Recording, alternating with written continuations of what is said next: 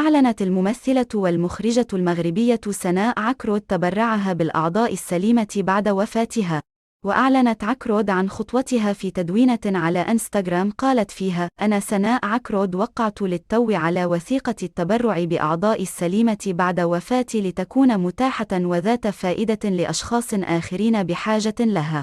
وأضافت: التبرع بالأعضاء ليس ترفا أو موضة، بل هو ضرورة حيوية وملحة تستدعي استنفار كل الجهود والآليات للتحسيس بها، عمل من أعمال المواطنة والمشاركة ودعوة للحياة وإنقاذ الأرواح. التبرع بالأعضاء عملية إنسانية يشجع عليها الدين الإسلامي ويديرها القانون المغربي بدقة وحزم، موفرا ترسانة قانونية دقيقة ومتقدمة تنظم العملية برمتها، كما تشرف عليها منظومة صحية متطورة وذات خبرة في المجال.